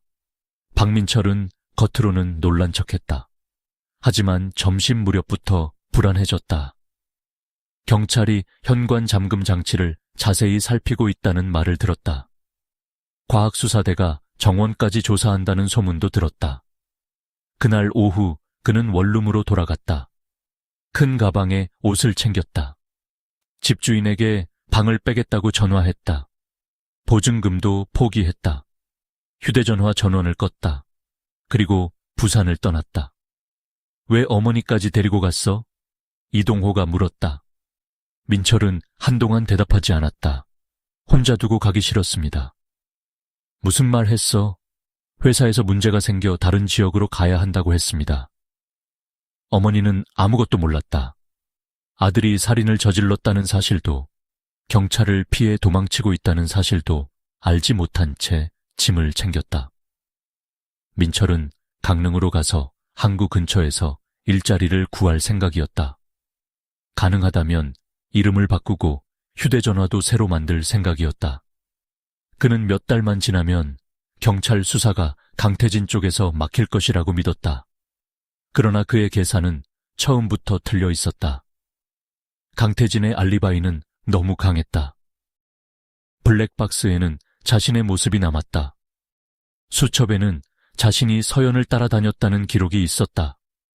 현장에는 장갑 섬유가 남았다. 무엇보다 그가 아무렇지 않게 관목 속에 던진 물건에서 자신의 DNA와 피해자의 DNA가 함께 검출됐다. 박민철은 오랫동안 말을 멈췄다. 이동호가 물었다. 한서연 씨를 사랑했다고 생각하나? 민철은 천천히 고개를 들었다. 좋아했습니다. 좋아한 사람이 싫다고 했으면 물러났어야지. 민철의 입술이 움직였지만 아무 말도 나오지 않았다. 네가 한 건 사랑이 아니야. 조사실 안에 다시 침묵이 내려앉았다. 그 사람의 일상을 훔쳐보고 혼자 있는 시간을 기록하고 문을 따고 들어가고 거절했다고 폭행하고 결국 죽였어. 이동호는 책상 위에 놓인 수첩을 손가락으로 밀었다. 이건 연애일지가 아니야. 한 장씩 빼곡히 적힌 시간들이 박민철 앞에 놓였다. 범행 준비 기록이야. 민철은 더 이상 반박하지 않았다. 오전 5시 43분. 박민철의 진술서에는 마지막 서명이 들어갔다. 경찰은 그의 자백과 현장 증거, DNA, 블랙박스, 출입기록, 압수품을 종합해 살인과 성폭력, 주거침입 등의 혐의를 적용하기 위한 절차에 들어갔다. 하지만 사건이 끝난 것은 아니었다. 수사 내용이 언론에 알려지기 시작하면서 뜻밖의 방향으로 또 다른 논란이 시작됐다. 사람들은 살인범의 행동만 이야기하지 않았다. 일부 언론은 한서연이 누구의 집에서 살았는지부터 파헤쳤다. 그녀가 강태진에게 얼마나 많은 돈을 받았는지 계산했다. 어떤 명품을 사용했는지 기사로 만들었다. 22세 여대생과 51세 유부남이라는 관계가 자극적인 제목으로 소비되기 시작했다. 심지어 인터넷 게시판에는 피해자가 왜 그런 삶을 선택했느냐는 글들이 올라왔다. 아직 장례도 끝나지 않은 시점이었다. 그리고 부산지방검찰청으로 송치되는 날, 수갑을 찬 박민철은 수십 대의 카메라 앞에서 고개를 숙였다. 기자들이 질문을 쏟아냈다. 왜 피해자를 살해했습니까? 범행을 미리 계획했습니까? 피해자에게 할 말 없습니까? 민철은 아무 말도 하지 않았다. 경찰차에 올라타기 직전 단 한 번 고개를 들었다. 하지만 그가 앞으로 법정에서 내놓게 될 말은 이미 수사관들을 분노하게 만들기에 충분했다. 그는 자신의 행동을 설명하면서 끝까지 한 가지 표현을 버리지 않았기 때문이다. 그리고 검찰은 바로 그 말을 재판에서 완전히 뒤집어 놓을 준비를 시작했다. 박민철이 부산지방검찰청으로 송치된 지 사흘 뒤 사건은 더 이상 부산 지역 뉴스에만 머물지 않았다. 전국 방송사들이 해운대 고급 별장 앞에 취재진을 보냈고 인터넷 포털의 주요 화면에는 한서연과 박민철의 이름이 연일 올라왔다. 그러나 수사팀이 우려했던 일이 빠르게 현실이 됐다. 사람들의 시선은 살인범에게만 향하지 않았다. 일부 언론은 한서연이 살던 집의 가격을 계산했다. 강태진이 그녀에게 제공한 차량의 모델을 찾아냈고 그녀가 들고 다녔다는 명품 가방의 가격까지 기사에 넣었다. 22세 여대생과 51세 사업가, 해운대 별장의 비밀, 호화생활 뒤에 숨겨진 관계, 자극적인 제목들이 쏟아졌다. 한서연이 어떤 방식으로 살았는지는 순식간에 범죄 자체만큼이나 큰 관심거리가 되었다.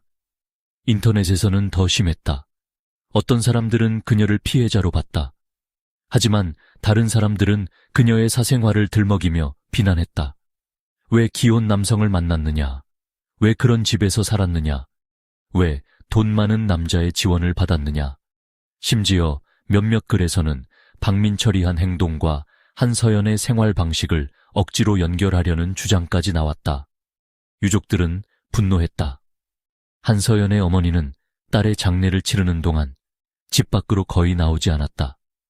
기자들이 집 근처까지 찾아오자 친척들이 문을 막았다. 한서연의 아버지는 짧은 성명을 통해 단 한 가지 말만 남겼다. 우리 딸의 사생활이 어떠했는지와 딸이 범죄의 피해자가 된 것은 전혀 다른 문제입니다.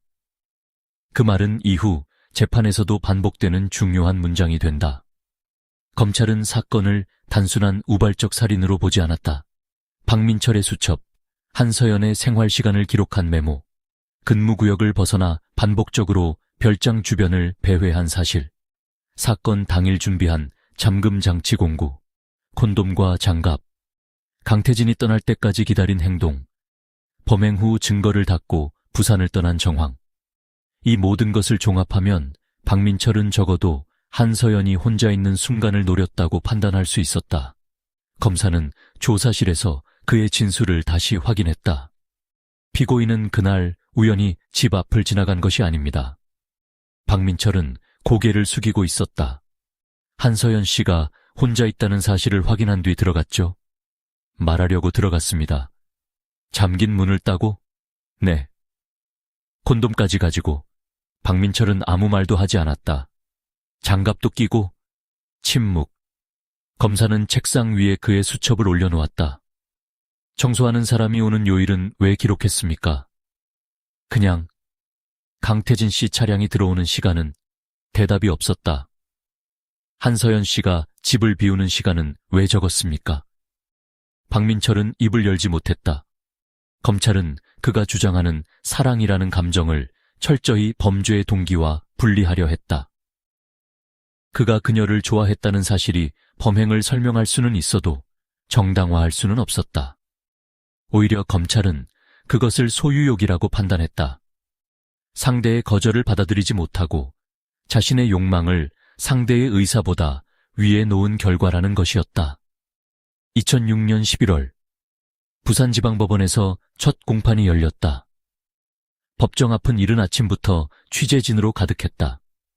한서연의 부모와 가까운 친척들은 서로 부축하며 법정에 들어왔다. 강태진도 증인으로 출석하기 위해 모습을 보였다. 그는 이전과 달리 고개를 깊게 숙인 채 취재진을 피해 빠르게 이동했다. 잠시 뒤 박민철이 들어왔다. 수갑을 찬 상태였다. 그는 처음에는 방청석을 보지 않았다. 하지만 피고인석에 앉는 순간 한 번 고개를 돌렸다. 그의 시선이 한서연의 부모 쪽을 스쳤다. 서연의 어머니는 그대로 고개를 숙였다. 재판장은 공소 사실을 확인했다. 검찰은 박민철이 오랜 기간 피해자를 관찰하고 뒤쫓았으며 사건 당일 한서연이 혼자 남는 시점을 기다렸다가 별장에 침입했다고 주장했다. 이어 피해자를 폭행하고 성폭력을 가한 뒤 자신의 범행이 신고될 것을 두려워해 살해했다고 설명했다. 박민철 측은 일부 혐의를 인정하면서도 살인이 계획된 것은 아니라고 주장했다. 변호인은 말했다. 피고인이 피해자를 살해할 목적으로 처음부터 주거에 침입했다고 단정할 수는 없습니다. 검사가 즉시 반박했다. 그렇다면 왜 잠금 장치를 열 도구를 준비했습니까? 법정 안이 조용해졌다. 왜 피해자가 혼자 있는 시간을 기록했습니까? 박민철은 고개를 숙였다. 왜 범행 과정에서 신원을 감추기 위해 장갑과 콘돔을 사용했고 사건 이후 흔적을 지우고 도주했습니까? 변호인은 범행 이후의 은폐 행위가 처음부터의 살인 계획을 의미하지는 않는다고 주장했다. 그 부분은 재판에서 오랫동안 다퉈졌다. 하지만 한 가지는 누구도 부정할 수 없었다. 박민철이 한서연의 명확한 거부 의사를 알고 있었다는 사실이었다. 관리사무소 기록에는 한서연의 공식 민원이 남아 있었다. 그 결과 박민철은 근무구역까지 변경됐다. 즉, 그는 피해자가 자신을 원하지 않는다는 것을 누구보다 분명하게 알고 있었다. 한서연의 친구 이수진도 증인석에 섰다. 서연이가 정말 무서워했습니다. 피고인을 말하는 겁니까? 네. 수진의 목소리가 떨렸다. 밤에 커튼을 치는 것도 무섭다고 했어요. 창밖에 그 사람이 서 있을 것 같다고요. 검사가 물었다. 피해자가 피고인에게 호감을 표현했다는 이야기를 들은 적 있습니까? 한 번도 없습니다. 개인적으로 만나겠다고 한 적은요? 없습니다. 오히려 어떤 말을 했습니까? 수지는 박민철을 바라보지 않은 채 말했다. 다시는 집 근처에 안 왔으면 좋겠다고 했어요. 그날 박민철은 증인석의 말을 들으면서도 별다른 표정을 보이지 않았다. 그러나 강태진이 증인으로 나오자 그의 태도는 달라졌다. 강태진은 한서연과의 관계를 다시 인정했다. 자신이 별장을 제공했고 경제적으로 지원했다고 말했다. 검찰은 사건 당일 밤 그의 이동 경로와 화상회의 기록도 공개했다. 밤 10시 10분 별장 단지를 떠난 차량, 10시 42분 회사 주차장 진입, 10시 45분 엘리베이터 영상, 밤 11시 이후 계속된 화상회의. 박민철이 경찰의 초기 시선을 강태진에게 돌릴 수 있을 것이라고 생각했던 계산은 법정에서 완전히 무너졌다. 강태진의 알리바이는 명확했다. 이어 결정적인 증거들이 하나씩 제시됐다. 밤 11시 34분 블랙박스 영상, 나무 뒤에 서 있는 박민철, 오른팔에 용문신, 별장 침실에서 발견된 경비장갑 섬유, 그리고 관목 속에서 발견된 콘돔. 검사는 국과수 감정 결과를 읽었다. 내부에서는 박민철의 DNA, 외부에서는 한서연의 DNA. 방청석에서 자켓 한식이 흘러나왔다. 박민철은 그 순간 처음으로 눈을 감았다. 검찰은 범행 이후 그의 행동도 강조했다.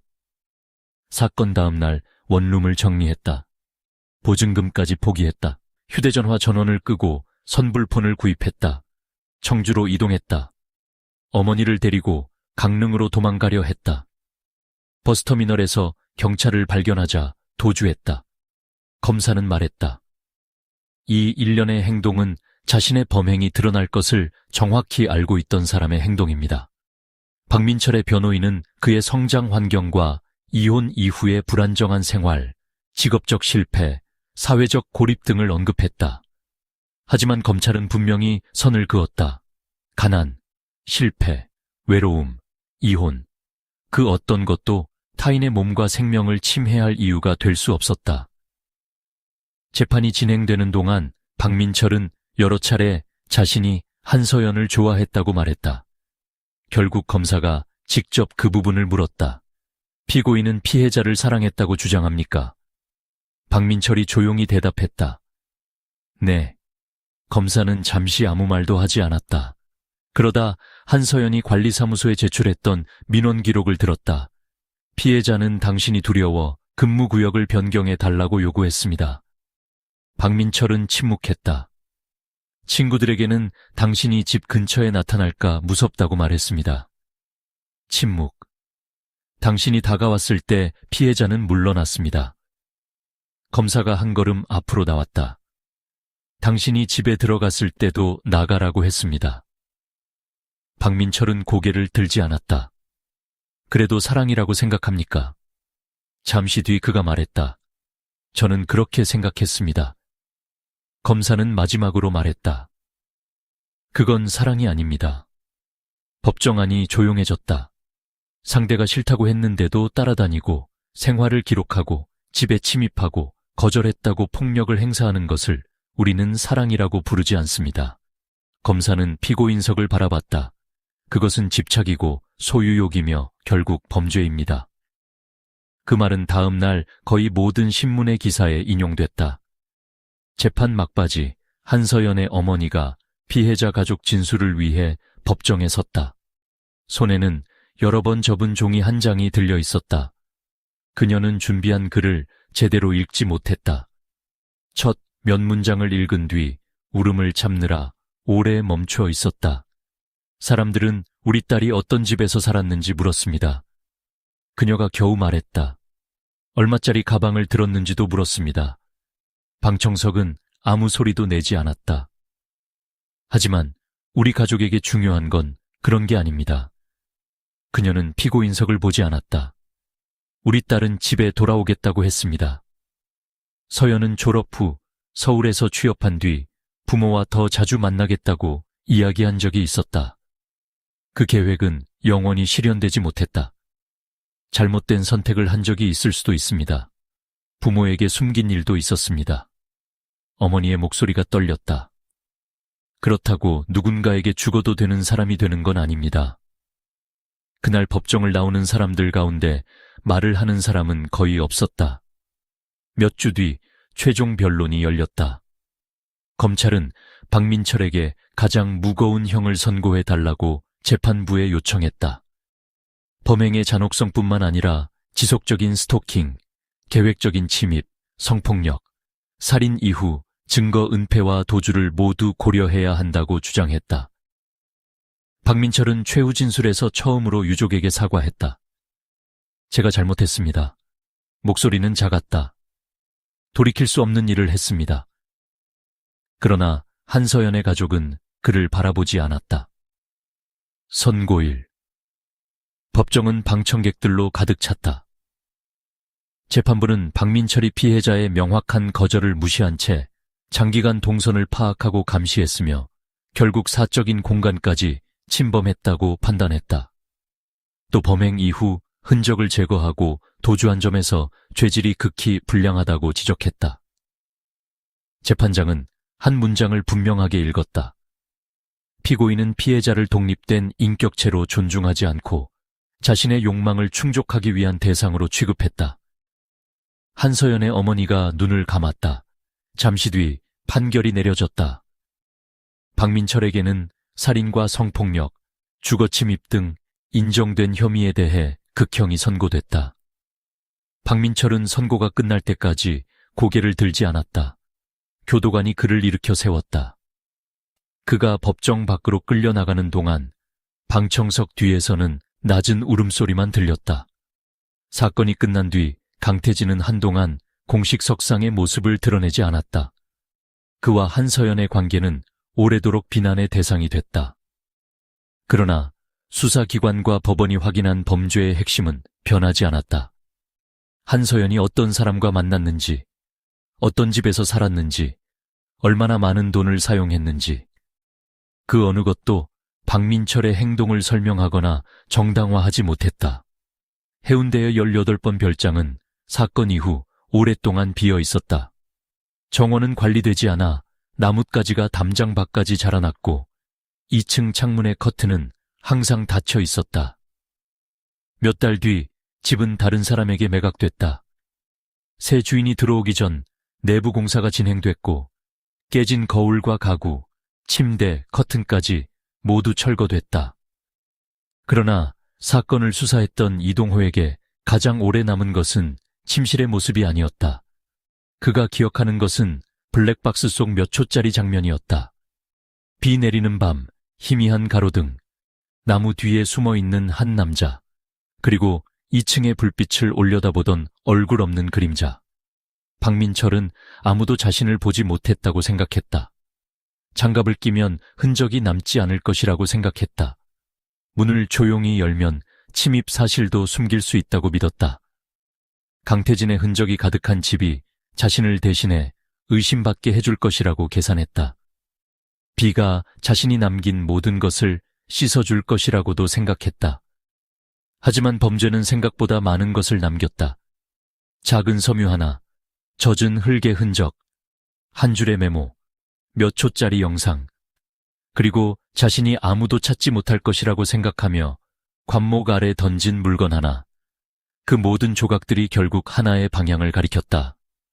몇 년 뒤 이동호는 후배 형사들에게 이 사건을 이야기하며 이렇게 말했다. 범죄 현장에서 가장 위험한 것은 흔적을 전혀 남기지 않는 범인이 아니라고. 자신이 아무 흔적도 남기지 않았다고 믿는 범인이 더 위험하다고. 그 믿음 때문에 방심하기 때문이다. 그리고 한서연 사건에서 박민철이 저지른 가장 큰 실수 역시 그것이었다. 그는 마지막까지 한서연을 자신이 소유할 수 있는 사람이라고 생각했다. 마지막까지 경찰을 속일 수 있다고 생각했다. 마지막까지 자신이 모든 상황을 통제할 수 있다고 믿었다. 그러나 그 어느 것도 그의 것이 아니었다. 한서연의 삶도, 한서연의 선택도, 그리고 자신이 저지른 범죄의 결과도. 비가 내리던 2006년 9월의 그 밤, 해운대의 한 별장에서 시작된 사건은 결국 한 사람의 왜곡된 집착이 어디까지 파괴적일 수 있는지를 남겼다. 그리고 사건이 끝난 뒤에도 가장 오래 남은 질문은 한서연이 왜 그런 삶을 살았는가가 아니었다. 오히려 훨씬 단순한 질문이었다.